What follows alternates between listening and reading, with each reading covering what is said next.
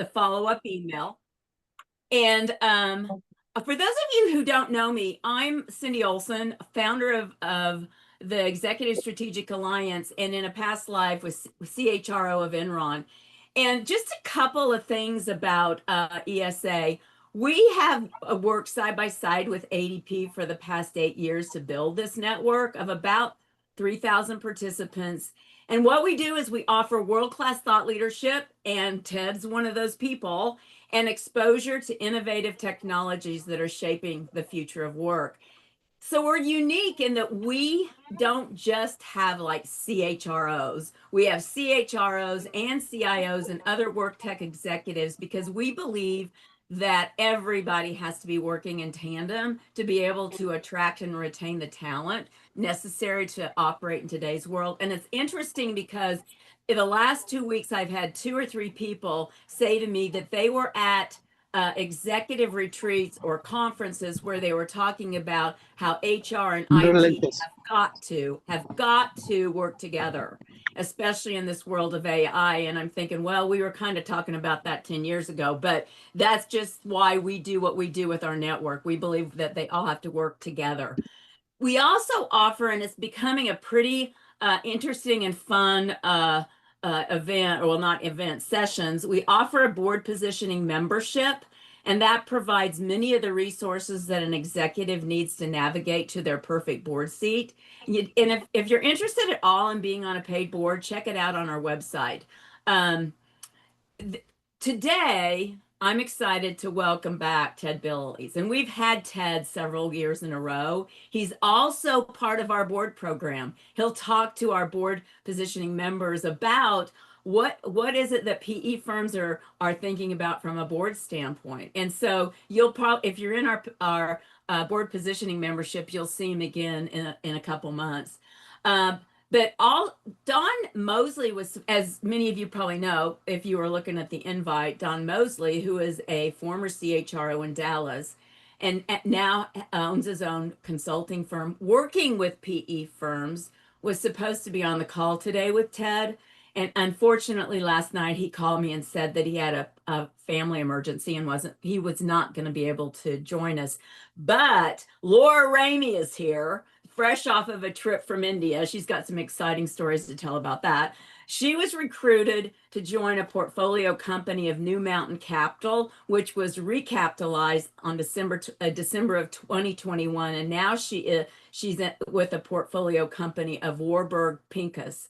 She leads as the chief people officer a team of HR professionals encompassing everything, guys: talent, health and welfare, retirement, HRIS, HR operations. I've known Laura for quite a few years because she's been in Houston and I was in Houston. She's amazing. She and Ted were having a really interesting conversation before we got on. So I hope they do some of that when I turn this over to them.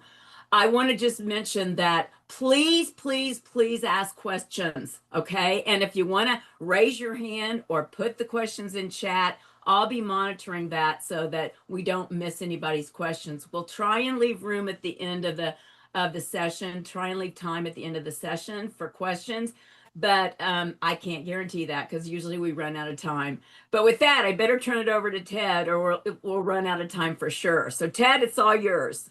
Well, thank you, Cindy. And it's a real pleasure, everyone, to be back with this esteemed group. I see some familiar faces. Hey, Rick, good to see you. Good to see you. And I've just made a great new best friend in Laura Ramey.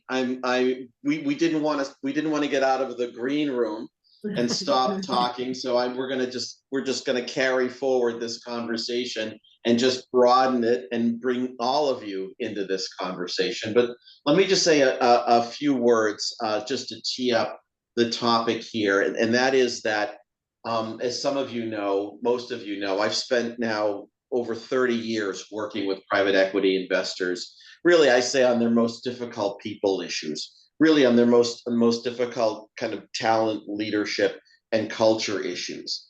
And I've had the pleasure and privilege of working with people like Laura, you know, across many different companies in many different continents as well. And about 10 years ago, I kept being drawn into at times conflicts and at times just differences of opinion between management teams and their PE sponsors. And it occurred to me that first of all, there was no real survey of these two constituencies out there.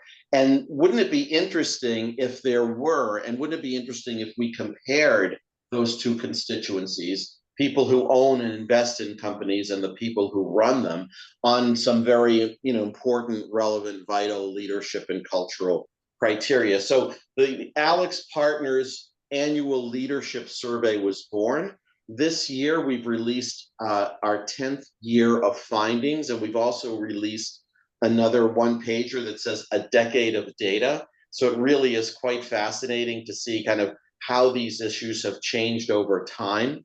I'm going to I'm going to tee up a couple of our findings for all of you and invite Laura and everybody to really chime in on these findings. I think some of them are quite meaningful and significant. You can decide what they mean and how significant they may be, but they are, just a couple of words about the survey itself, because I want to make sure we properly credentialize it. Erin, if you could bring up the slide after the pictures of Laura and myself. This year was we had the largest participation in our 10th annual survey that we've ever had. So we've got 200 portfolio company CXOs and 161 private equity executives, roughly two-thirds North America, a third in EMEA, a smidge in Asia. 80% of the portfolio company respondents had revenue greater than $500 million, and 75% of the PE firm respondents had assets of less than 20 billion. So that gives you a sense of kind of what I would call sort of high middle market, good geographic spread, C-level executives running these operations. So just so you know where the data is coming from. Let's go on to the next slide. And by the way, even though we've got slides on the screen, I'm going to ask Erin to take them down periodically, again, just to make sure that we're facilitating our conversation. So the first point I'd like to make, and I'd love Laura's perspective on this, and that is this whole notion of what are the most significant challenges these two groups are facing as they look out into the future. Now, this data was all collected at the end of last year, beginning of this year. So we're coming up to about 6 months. Still very relevant, though we didn't have quite the situation with tariffs that that we were all very, very familiar with. So you can tell from this particular slide that driving top line growth, meeting the value growth targets and milestones, and operational effectiveness are more than ever the pressure cooker that investors and operators are really living in. What really surprised us is that there's a split on the perception of the quality of talent in the companies, right? So Erin, if you forward 2 slides, one more. So if you look at the middle of this page and look next to the quality of the leadership team, with the dark blue being portco executives, the ones running the portfolio companies, and with the light blue being the folks running the PE firms, the folks running the PE firms are saying we see the biggest misalignment on this topic of the quality of the leadership team.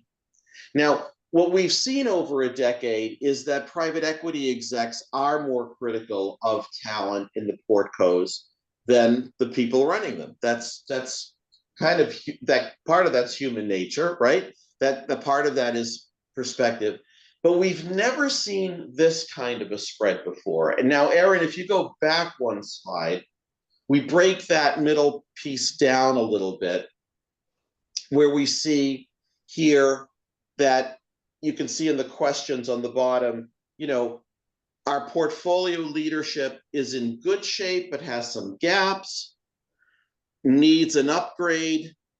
If you take 69% of investors and add the 16%, right, you get roughly around 85, 86% saying, well, some gaps, but needs an upgrade. On the other hand, 43% of the folks running the company say, we're in really good shape. And if you add that to 46%, you get a much higher number.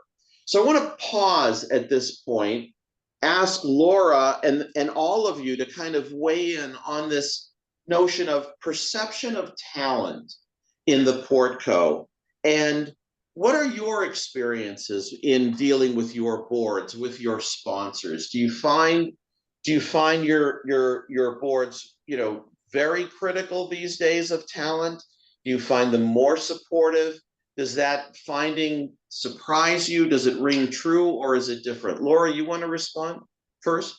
Yeah, I was kind of surprised when I saw that, and where we are, and I participate in the board meetings. I do participate to a degree in the private executive sessions when we talk about talent. I guess I'm a little bit different in that this is something we talk about with rigor with our board, our sponsor on a regular basis, and we're continuously, grading our talent. That's all we have to create the value and holding people accountable. So I'm glad I'm a little bit different than those stats. I was kind of surprised, quite frankly, to see that big difference. So one thing you're saying is that talent is an open conversation and it's an ongoing conversation. It's actually a VCI for me. I get measured every quarter at the board meeting on where we are on talent. So it's part of it. That's unusual in my experience. Is this something Warburg Pincus does across its companies? I know with our Portco, that's what we do. It's, we go through. What I love about working with Warburg is, our board meetings are all about how can we help the business? How can we help you? Because we already have the financial reviews on a weekly, monthly, quarterly basis. So when we get together at the board meeting, it's really about, let's go through each leader's VCIs. Let's look at a business each time. Where can we, Warburg, help you? What resources can we bring to help you? That's the one thing that I find of all the PE. I've worked for 4 PE-owned companies. This is the one where they have resources internally available. They've got an org consultant, they've got recruiting consultants, they've got talent consultants. So, I just have to pick up the phone and say, hey, I'm looking at this. What can you help me with? I'm looking at culture, what's going on with the new administration? Do I need to change my culture committees? Next thing I know, we have a seminar on it.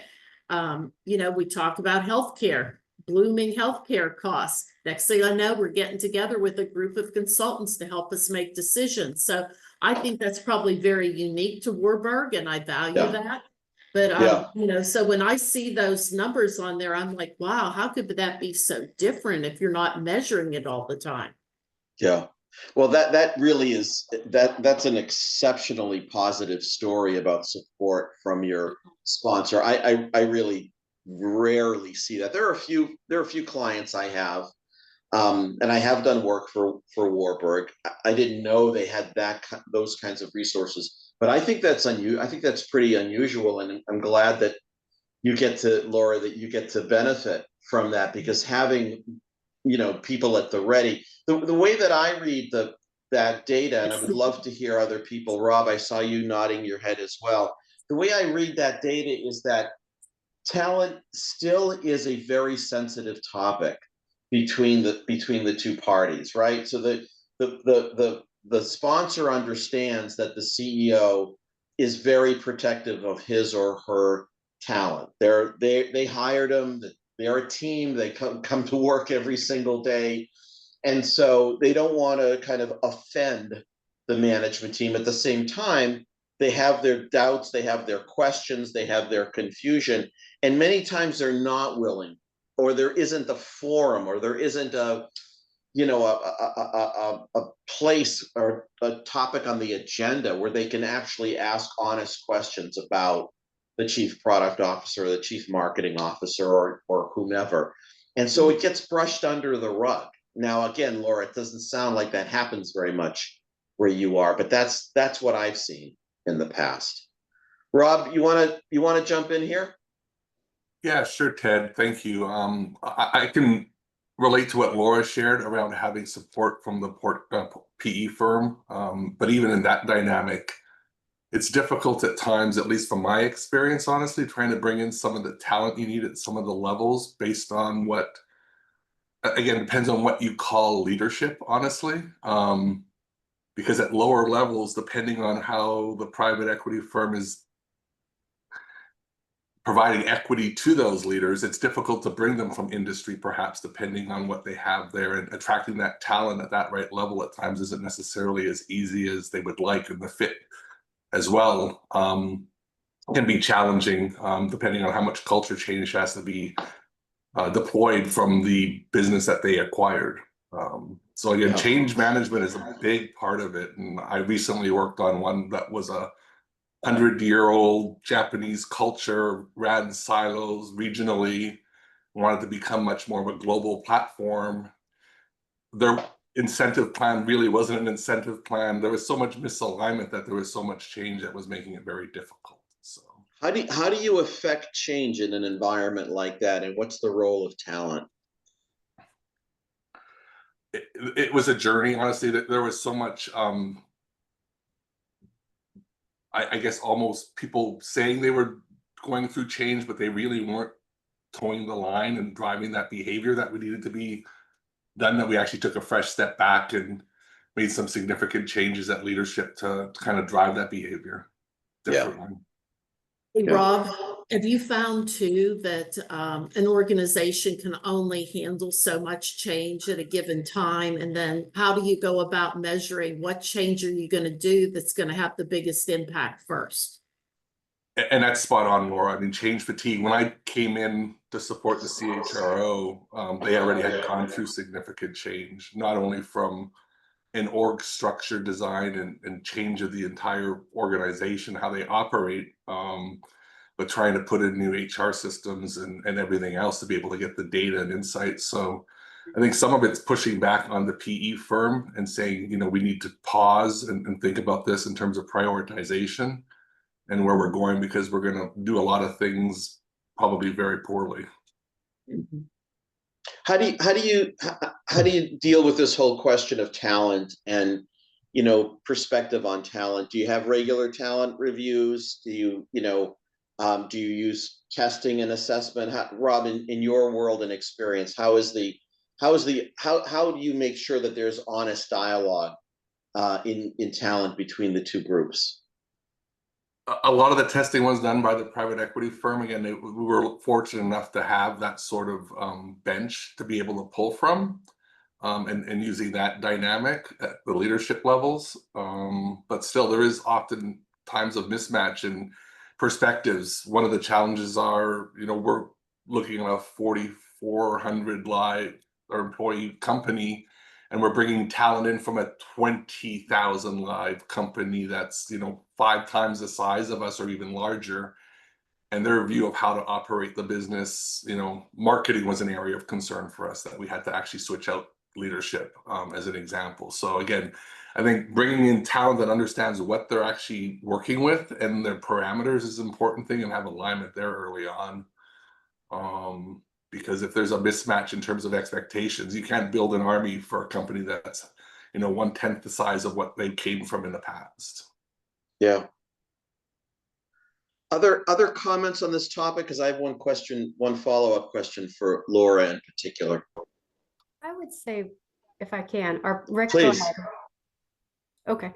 I would just say, in my experience, especially if a company has been owned by PE more than once, I've seen a much larger, because we all know it's exhausting to go through multiple ownership with the same team. And certainly as teams grow and they get to that 500 million to 750, just naturally leadership typically needs to be changed out. That's just such a hard next jump to get to. And then of course the 750 and beyond just usually takes a different leadership, and they're so exhausted by the time they get there. I know I've come in as kind of CEO life support, it's almost like Weekend at Bernie's sometimes, trying to get these guys across the finish line.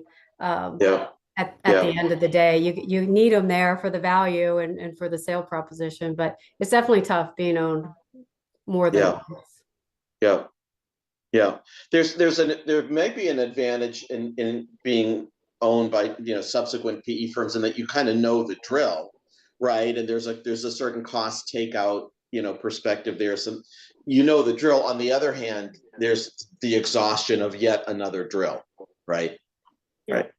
And there's Yeah. a life cycle to it. You have the euphoria in the first couple of years, and then the reality in the third and fourth year. And Yeah. we're at year 3.5. Yeah. Yeah.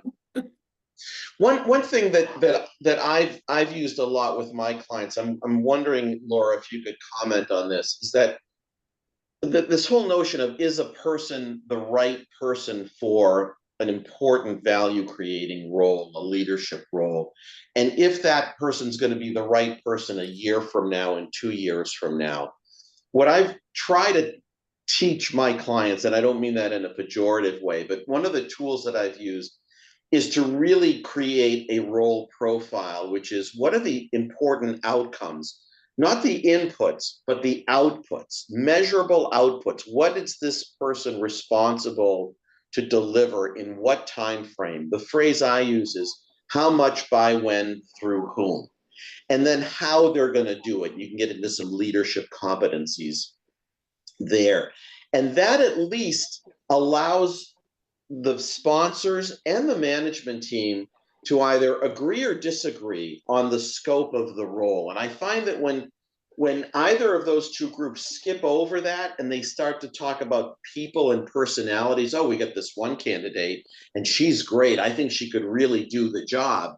And I interject, or I interrupt, and I say, what job? What is the job that we're talking about? I'm actually hearing a couple of jobs. Why don't we write down on a piece of paper what the job really is, and then we can decide who's terrific for it and who isn't. Laura, how do you handle that? And really, to the group, how do you get people from not jumping to personalities or candidates or internal candidates, but backing up a bit and saying, look, let's all agree on what we need in this role?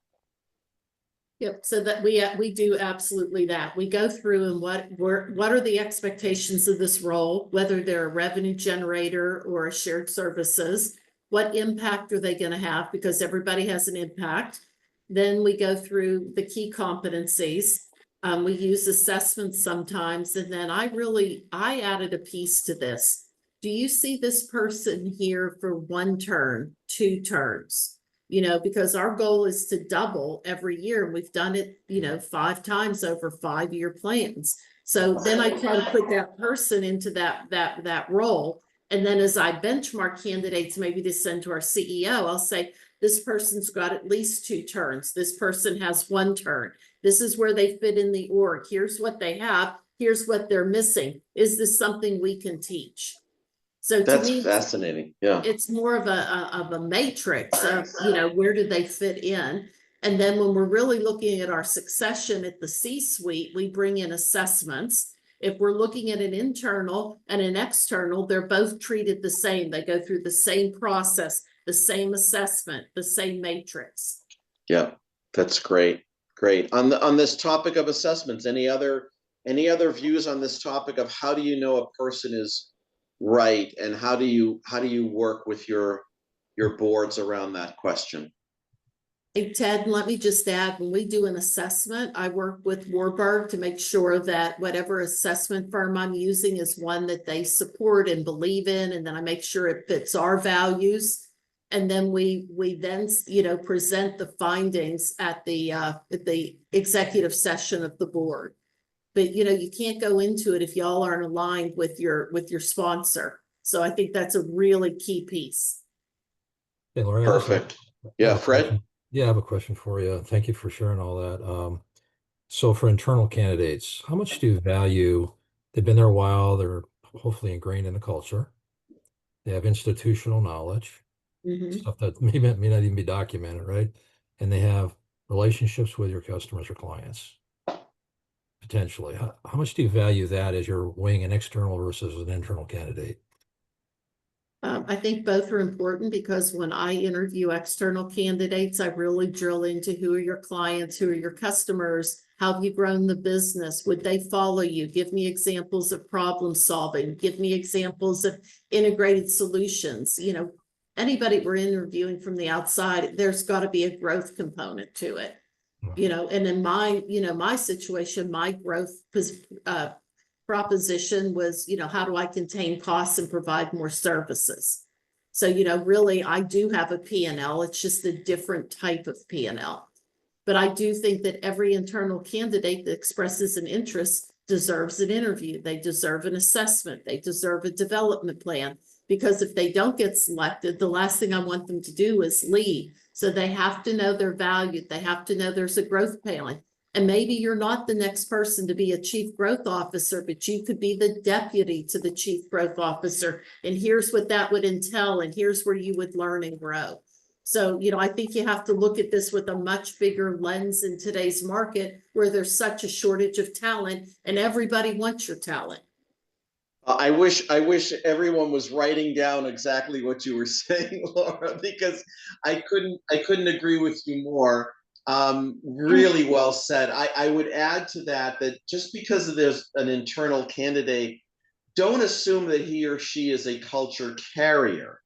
They're a member of the culture, yes, but many times people are put forward as internal candidates, and again, they've skipped over the box of are they a an epitome of a positive culture carrier, or are they just sort of an average culture carrier? So you really want to make sure you have that advantage in a genuine culture carrier, and then that's the culture that person represents the culture you want to continue in the future, because that's so important to attracting and retaining other people. That person's going to have such a role as a magnet or not for other people down the road.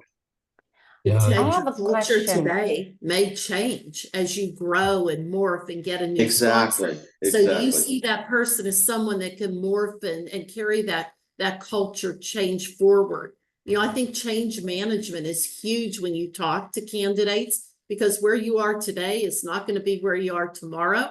And just because you were successful in corporate America, maybe in a publicly traded org, those skills don't always transition into a PE-owned world. It doesn't mean you're a bad candidate. You just might not fit the PE world. Yeah. Fred, Pretty passionate about that. Yep. yeah. Yep. Fred, and then Beth. Yeah, go ahead, So Fred. not to put Rob on the spot, but I want to link back to something he said earlier, Ted, when you asked him about the change management aspects of the 100-year-old Japanese company, right? The first words coming out of your mouth, Rob, were behavior. And that is a centerpiece of culture, right? And so what you're really looking for them to do is change behavior. And that's you said journey. It is a journey. And I just wanted to link all this conversation back to what Rob said earlier.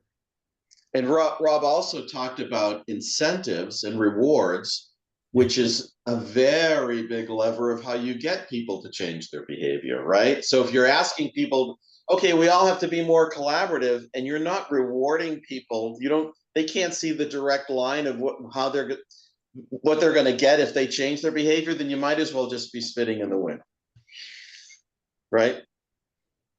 And I'll add, and I don't know, Laura, if you agree or not, but I find in the PE space, you need to be fairly knowledgeable, fairly broadly in a lot of different things. And if you're a leader that's going to sit back there and think you've got a team that's going to do all of this and you just need to direct them, that's not my experience. You need to know how to get stuff done and be able to give those directions yourself, ultimately, because your team is going to be probably leaner than you might have had if you're coming from a big organization, and hiring talent externally from big companies isn't always a great way to approach things.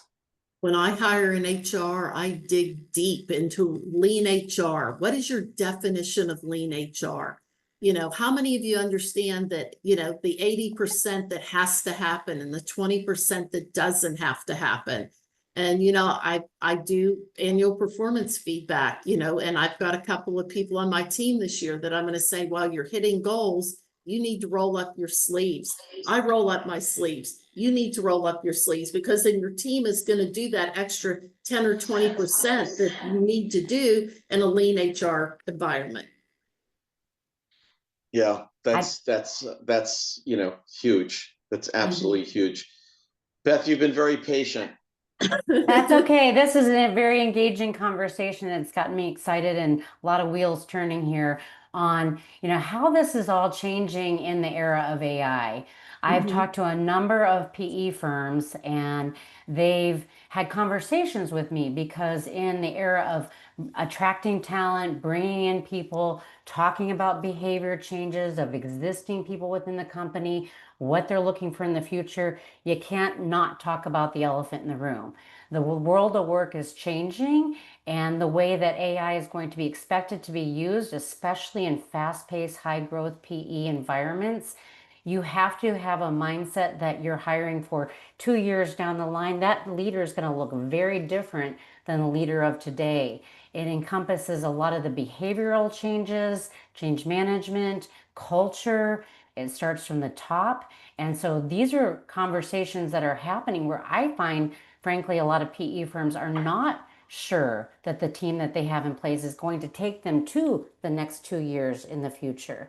So when you're looking at the behavioral evaluation or skill sets, that you're comparing, people against, for the future leaders, how much of AI skills and the ability to adapt and change to that world we live in is being evaluated today?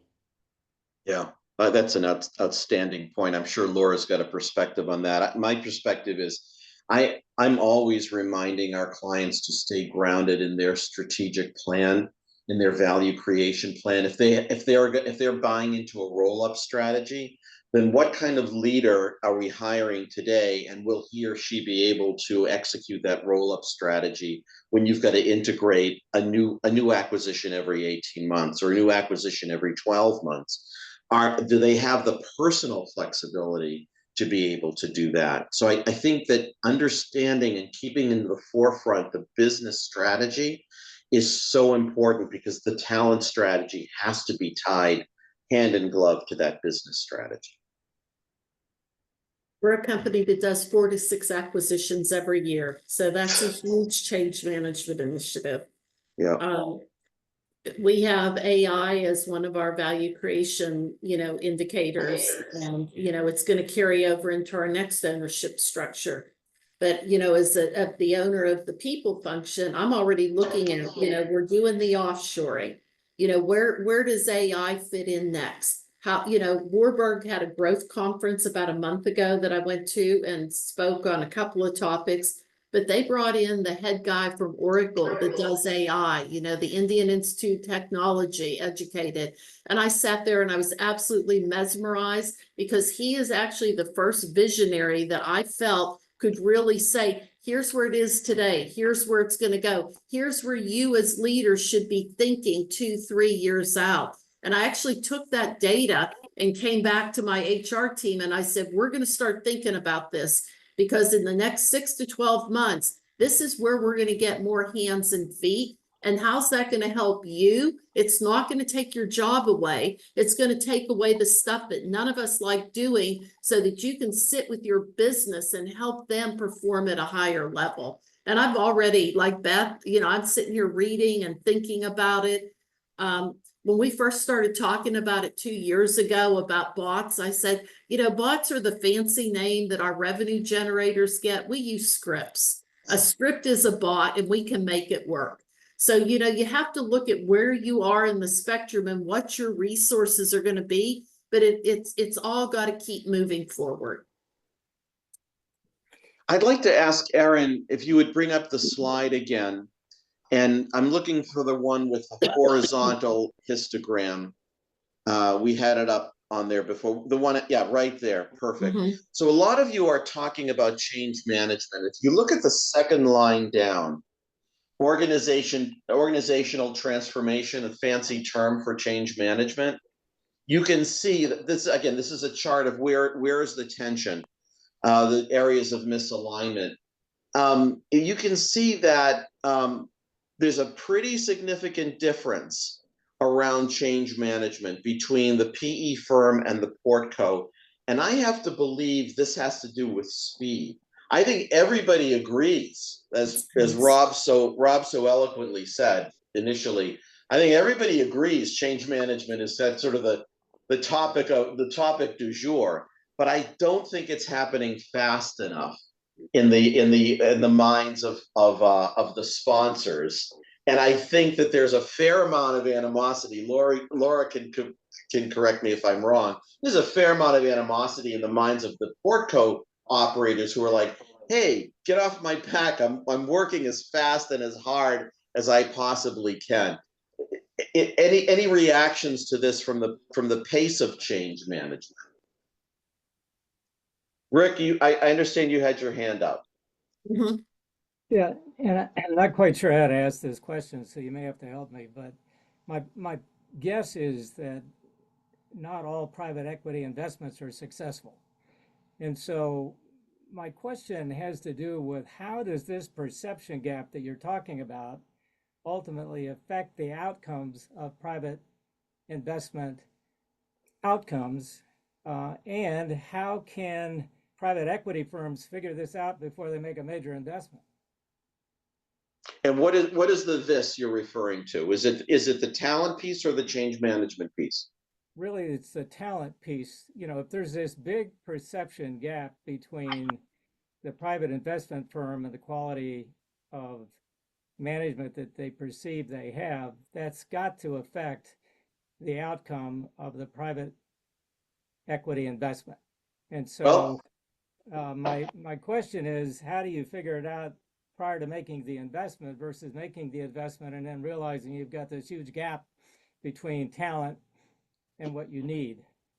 well, if you look at the chart in front of you and you look at the quality of leadership team and then you look at financial performance right above it, you've got part of your answer right there, which is that, from the investor's perspective, they have questions about the quality of their talent, which leads directly to questions of their financial performance.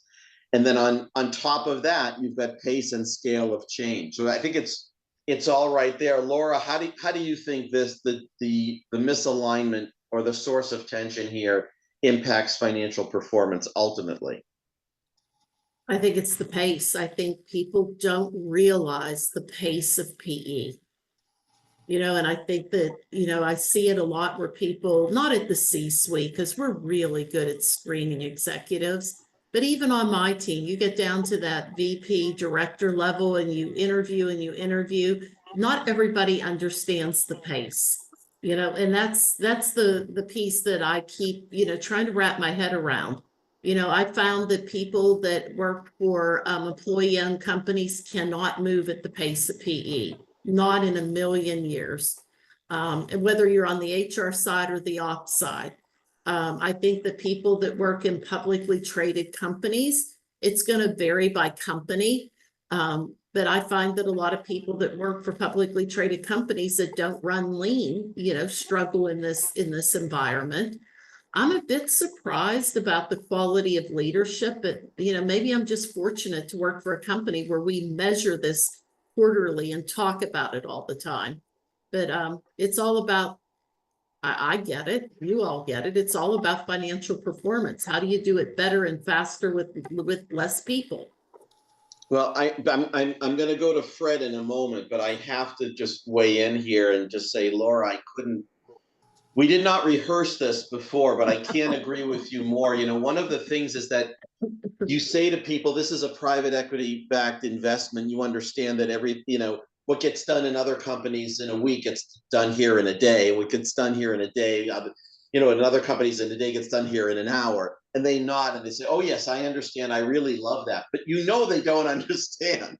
They don't understand that kind of mania, and that's why you said in your introduction, you either love it or you hate it, right? Which is, they're people that either sign up. It's like signing up for the army. They either do their next rotation because there's something in them that really needs, wants, loves that kind of pace, or they're running in the other direction and they're saying, I'm a conscientious objector. I'm not going anywhere near this kind of pace. Now, many people don't really understand that pace of change. Fred? Yeah, so the portfolio company candidate, they're seeking investment for a reason. They're seeking dollars for a reason, right? Maybe their growth is inhibited by their inability to invest in something. And so one of the things that I do is I say, show me your business strategy. If you had the money, what would you use it for? If they don't have a good, and the leadership team's not on the same page or on that business strategy, that's a reflection on the leadership team. Yep. Rob, are you here? I am. Can you hear me?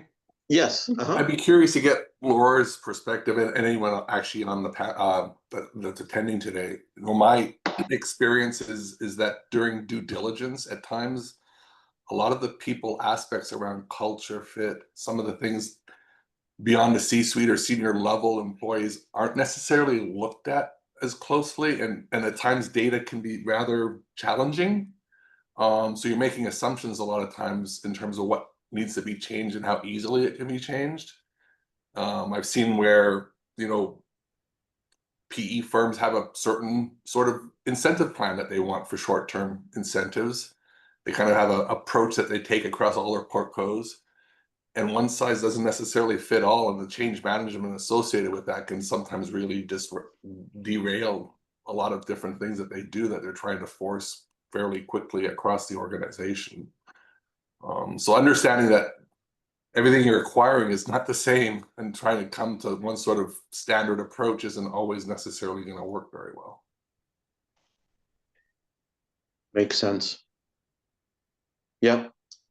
But I think, Rob, you have to try and, on acquisitions, we integrate on day one.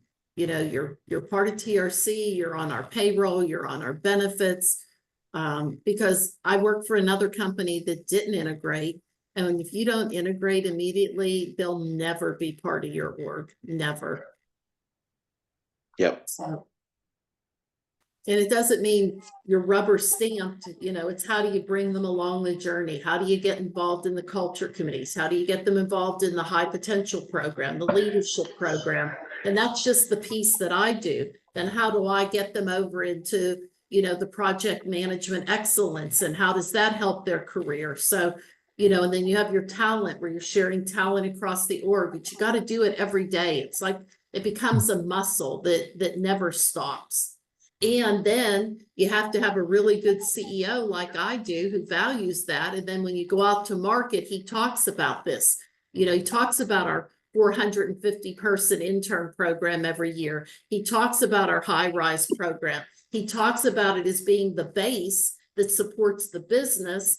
And then, why we don't struggle to recruit and hire people like some of our other competitors do. Why are VTOs at 10% or less? Those are all things that are actually worth money to your new set of investors. Great point. Ted, I see Carlos. Carlos has his hand up. Yep. Carlos. Okay. Hi, everybody. Apologize for driving, but I had two comments. Number one, on the topic of change management, I agree with, I apologize on everybody's names, but the lady was just speaking. I've done, I don't even know how many acquisitions over the years. I've worked with lots of PE firms that were from, Apollo, CBCI at the high end to very much smaller boutique firms, and acquisitions and divestitures as well. And one of the things I tell my team, I'm a CHRO at Excellent Technologies, by the way, is that whenever we acquire a company, we've got 12 months. That's it. That we have to figure out a way to move quickly through our change management exercises, because after 12 months, people's mindsets start to exit their change, the change mindset, right? So, On day one, people know there's a change, there's going to be a new change of ownership, and they're open to and they're welcoming changes, right? And if you let it go too long, 2 years is, in my opinion, too long. Once you continue to try to push change through, people will look at you and the question, hey, if it's been okay for 2 years, why are you asking me to make a change now?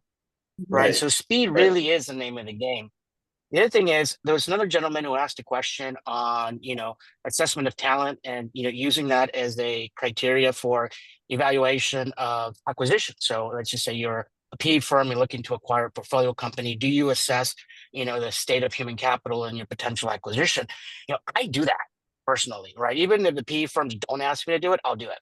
Give a couple of examples. Where 20 years ago, I was working for a different organization, also a business process outsourcing company, but we were looking to acquire a company in Toronto, and it was, the company's name was Newcom, and they're the folks who wrote the book, Call Centers for Dummies, if you go and investigate them. And, I think we were all very, optimistic about that acquisition. We were looking forward to it. And as we started to peel back the onion, through the human capital assessment, it really was a spreadsheet, right? Where we looked at, all your basic compliance, is everything up to speed? Is there any sort of uncovered liabilities, look into the covers, the whole due diligence piece was there. But we would also do a culture assessment, which included, looking at managerial philosophies. One of them was, we realized that Newcom had a compensation philosophy where, they tended to try to hit, 75% of the market. And we realized that culturally that was never going to fly. Internally, and we actually backed away from the investment because we said the cultural impact of this specific compensation philosophy is so big, we know that it's going to be very difficult for us to integrate them, and it probably makes sense to move on to a different acquisition. So I wanted to say that just because I heard the question, but there is a way to bring up human capital as as a pillar of your investment, right? Carlos, when you say you assess the culture of Newcom, and you were apparently surprised and declined to do the deal, how did you assess the culture? How did you know that? How did you do that? There's a couple of things. We looked at operating philosophies. I mean, obviously, you start with values, and then you move on to operating philosophies and dynamics, right? So, how was it that this private equity, this potential acquisition, was able to be so successful, within their niche and their market? And, could we replicate some of those success factors moving forward? Mind you, this is not an acquisition we were looking to, break apart or, resell. It wasn't one that we were looking to cut costs from it necessarily. We're trying to figure out, at the time we were building a call center portfolio. And so this was another potential acquisition. And we realized that if we acquired this entity, more than likely, we would not be successful in replicating its success, right? Especially as we looked at, we had other call center groups that had recently been acquired, and the internal equity that would have been mismatched was going to be an issue for us, right? So we said there's probably other entities out there that make more sense for us at the time.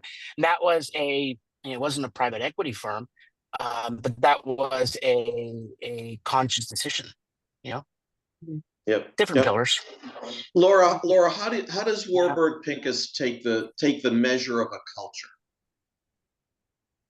We really measure it on our side through, we have a corporate development team, and they get out very early in the market. The business leaders and I get out and we meet, the potential acquisitions. We go to dinner, we tour their offices, we talk to their people, we do presentations on who we are, what's important to us. We look for the reaction. So, we look at the financial performance, we look at the culture fit. It's a very involved process. And, our partners, are actively involved in it too. Great. Other comments, questions on anything we've been talking about? I'm keeping an eye on the time, which has flown by shockingly. Just share a story that happened to me. And for those of you that are CHROs, don't be afraid to express what you believe is what's important. So, TRC bought a company in India a couple of years ago, and I was like, yes, yes, I know the talent there. I know what I can do. I need to get some more HR hands and feet. So they finally, now they're ready to go. And I'm like, yep, I know what I'm doing. Let me go turn loose. But Warburg came back and said, we don't think you should build this yourself. We think you should go to a BPO.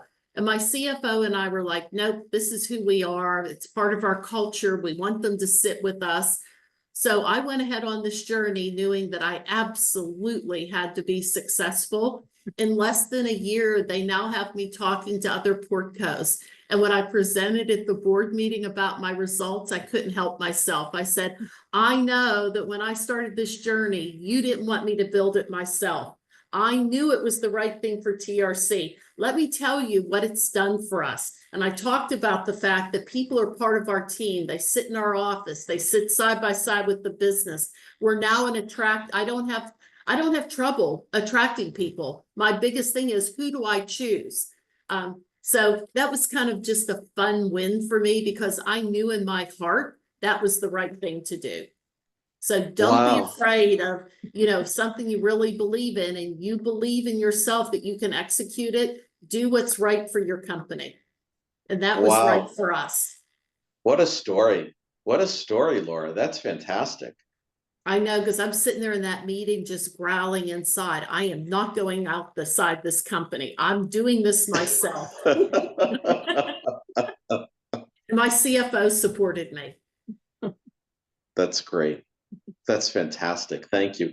Well, listen, Cindy, we got a couple of minutes left. I don't want to, I don't want to bring in a brand new topic. I mean, we did kind of just scratch the surface of the 10th annual Private Equity Leadership Survey, but we're going to distribute it to everybody on this call. So you'll get to sort of dig, and I'm sure if you have any further questions, and Laura would be happy to answer them, I'd be happy to answer them. Any kind of closing comments or questions that people want to pose? We're about 5 minutes left.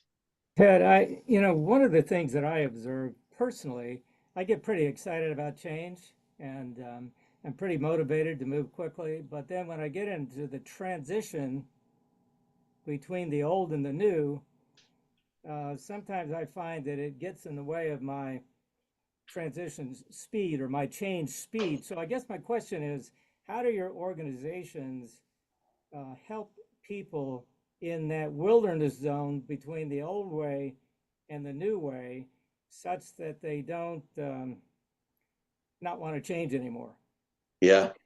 Well, that's you've kind of not only posed a great question, that's sort of the holy grail, really, which is, how do you, not so much how you initiate change and transformation, but how you sustain it, and how you kind of in some ways kind of help people pass that very natural part of human nature that wants to resist change. And I would love to hear Laura's answer on this. Our clients are increasingly naming a chief transformation officer. And there's, whether you use that terminology or not, whether it's the CEO or not, and best practices says that it's not, though the CEO is very much on board. You need somebody who's on top of that, the very tendency that you talked about, getting kind of lost or mired in the old process.